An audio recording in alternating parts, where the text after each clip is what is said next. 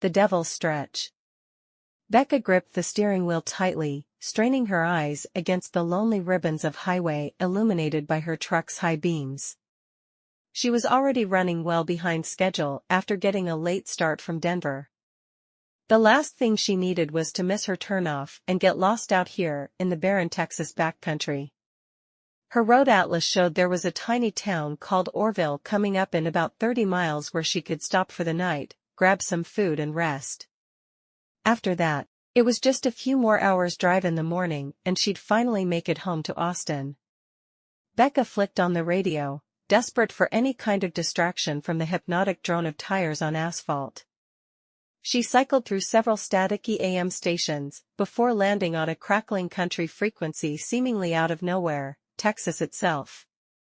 "That's right, y'all better hold on to your hats, we got us a doozy of a storm blowin' through these parts tonight," an aging DJ's drawl crackled over the speakers. "Meteorologist is calling for high winds, walls of rain, the whole shebang comin' up from down south." Becca frowned, peering out at the still, cloudless night surrounding her. Not exactly ideal weather for driving through these desolate backroads. "Now if you're fixin' to be out on the lonely stretches over the next few hours," the DJ continued, "I can't advise stayin' put wherever you can find shelter. There's an ugly old legend that rears its head about on nights like these around these parts." Becca arched an eyebrow, skeptically, partially amused by the broadcaster's theatric attempt at a spooky voice. "They call it, the Devil's Stretch. See, there's this near 20-mile strip of lonesome back highway out here that's claimed more lives and souls than you can recon. Always appears normal as you'll get under clear conditions." The radio cut out in a wash of static for a few tense seconds before crackling back to life, the DJ's tone taking on a noticeably eerie lilt. "But when a tempest starts brewing up, that's when the Devil's Stretch gets to workin' its malevolent powers." Becca shivered involuntarily, more from the deliciously campy pulpy nature of the DJ's story than any sense of unease. She always had been a sucker for a cheesy fright. See, that section of highway becomes a kind of unholy trickster wormhole, where any poor soul unlucky enough to find themselves smack dab in its path gets turned plumb around and spat back out into the storm from whence they came. The DJ paused meaningfully to let the grave implications sink in. "Battered souls oft report drivin' 4 hours, stoppin' for a spell, or even just tennin' off the 2-lane for a short stretch, before findin' themselves right back on that Devil's Stretch against their will. That's when the panic sets in, and sometimes opens up a path for darker forces waitin' to catch a unlucky traveler off their guard, lemme tell ya." Becca grimaced, realizing her surroundings had plunged into inky blackness. Her high beams offered little more than a faint tunnel of visibility, no more than a few car lengths ahead. Squinting against the all-consuming darkness, Becca could just make out distant flashes of lightning flickering towards the horizon line.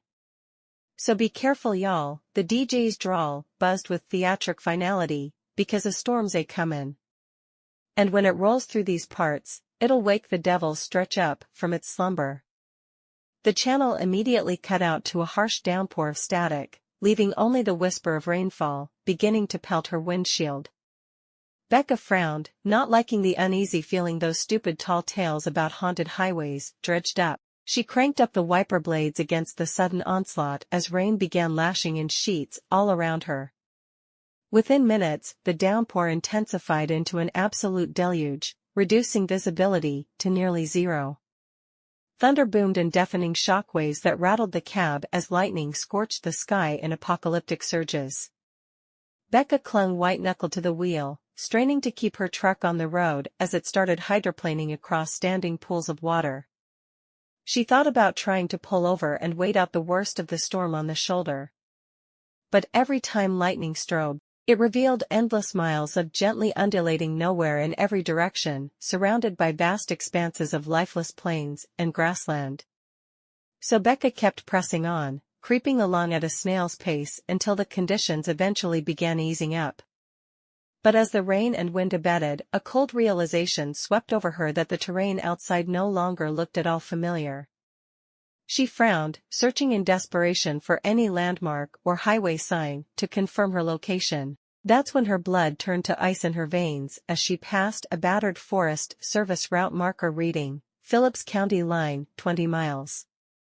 The exact same signpost she had passed nearly half an hour ago outside of Denver, hundreds of miles behind her current position. No. No way. Becca stammered aloud, eyes wild as she checked the odometer and GPS. Sure enough, all readouts confirmed her trip data and estimated progress as if she had somehow backtracked across the entire state. She let out a guttural scream of frustration and punched her steering wheel in fury. In that single lapse of rage, headlights found Becca's swerving truck drifting into the wrong lane. She narrowly wrenched the wheel back to the right as a looming road sign whipped past in a blur of rain and reflectors. It took several white-knuckled moments for her to wrestle the vehicle back under control and safely to the shoulder. Heart thundering, Becca burst out of the truck into the pouring rain, desperate to get her bearings. That's when she spied the sign she'd missed on the side of the road, a faded green monolith that left her reeling. Devil's Stretch Highway. Next 17 miles. All trespassers will be violated. She stared in numb shock, the old radio DJ's words ricocheting through her psyche like a billiard ball of madness. Becca whirled around, frantically searching, but her truck, the road, and everything else was now consumed in an incomprehensible spiral of perpetual nowhere. Strobe lightning exposed the truth in flashes of hypersaturated color. What seemed moments ago to be a mundane stretch of rural highway had taken on a visceral, roiling texture of insanity and wrongness. The entire landscape churned and reshaped itself with every spasm of reality detaching at the hellish seams. Roads fractured and split into branching forks that immediately corkscrewed back in on themselves amid screaming winds and septic gusts. Brackish ochre storm clouds curdled above in viscous waves, concealing whatever cosmic truth hungered restlessly just beyond the veiled abyss, kept momentarily at bay. As Becca's psyche spiraled down into the yawning pit of annihilating revelation, something antiquated and slippery stirred behind the veil of reality. Some bloated, corporeal intelligence gnawing incessantly at the edges of reason itself. An incessant, worming series of reverberations once intimately familiar in the folds of the human subconscious. Thoughts of cold primordial hungers that once bonded early hominid societies in petrified observance around the midnight pit fires, that bled deep roots of anguished surrender into the collective recollections of whole lineages, that gnawed at the primal substructures of the awakening sapien brain until its cerebral maze was hopelessly entrenched in lurking crevices of contemplative dread. As Becca's shattering screams were muffled out by 1,000 encroaching arasta, she had just enough time left to ponder if this was the shrieking momentum of inevitable human deliverance, or the predestined omega of her tormented species' slowly dawning march towards sanity-sundering truth.